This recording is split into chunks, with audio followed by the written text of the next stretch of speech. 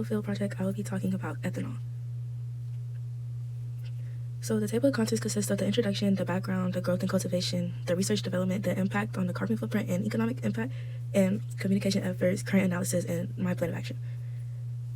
So biofuels as a whole are pretty much just liquid fuels made from biomass, which is a renewable resource, and it can be used in vehicles and airplanes pretty much to help the carbon intensity of transportation.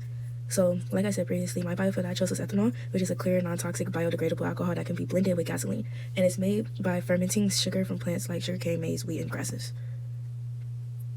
So the background of ethanol is that it's basically from carbohydrate-rich crops like corn, sugarcane, and switchgrass. And in the United States, corn is the main crop that is used to pretty much as a source of ethanol. And in Brazil, the sugarcane is their base for ethanol production. And the crops basically just go through photosynthesis, which they absorb carbon dioxide from the atmosphere and convert it into glucose using the sunlight. So for growth and cultivation, the cultivation of ethanol is basically agricultural based, like since it's having to do with corn, wheat, things like that. It's basically planting and nurturing and harvesting crops pretty much. So like corn, for example, it undergoes photosynthesis, wherein plants utilizes the sunlight to convert carbon dioxide and water into glucose and oxygen. So for the production, the process pretty much begins with fermentation. So the sugars are extracted from the biomass, and for corn, the starch is first converted into glucose through a process called hydrolysis, and yeast is then introduced to the glucose, which ferments the sugars and converts them into ethanol and carbon dioxide. So the chemical reactions involved are basically glycolysis, which is where glucose is metabolized, basically, which leads to alcohol fermentation. So it doesn't only produce ethanol, but it also generates carbon dioxide. So the development of ethanol is pretty much available in a lot of countries like the United States and Brazil, because mainly in the United States and Brazil, since their government supports the use of ethanol. So like millions of gallons are pretty much produced annually. Like in the US, for example, it's like used for gas for our cars and things like that. So the effect of it on the carbon footprint is basically ethanol helps lower the carbon footprint. So ethanol combustion releases carbon dioxide, but the cultivation of feedstock absorbs a comparable amount during photosynthesis, which helps the net carbon emissions from using ethanol are significantly lower than those from fossil fuels.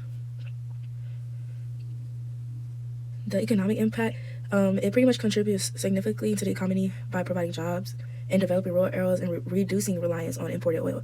So since it's basically used as gas and things like that, it pretty much helps with the economic state, since gas is something that is very heavily used in the United States. So communication efforts, the efforts to promote the use of ethanol have basically been through government initiatives and industry campaigns. And some educational programs highlight the benefits of ethanol, aiming to inform consumers about its environmental advantages and economic potential. Advertising campaigns and community outreach initiatives further enhance public awareness regarding choosing ethanol blended fuels.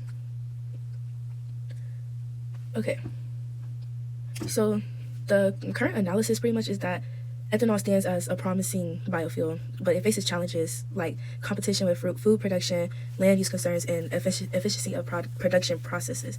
So to ensure it has a sustainable energy source, further research into advanced biofuels is necessary. But if money were not an obstacle, a plan of action for me, it would involve like different steps, which is investing in research, infrastructure development, policy support systems, public engagement campaigns, and sustainable practices. So for investing in research, basically just allocating the funds to research institutions for advancement and production pretty much.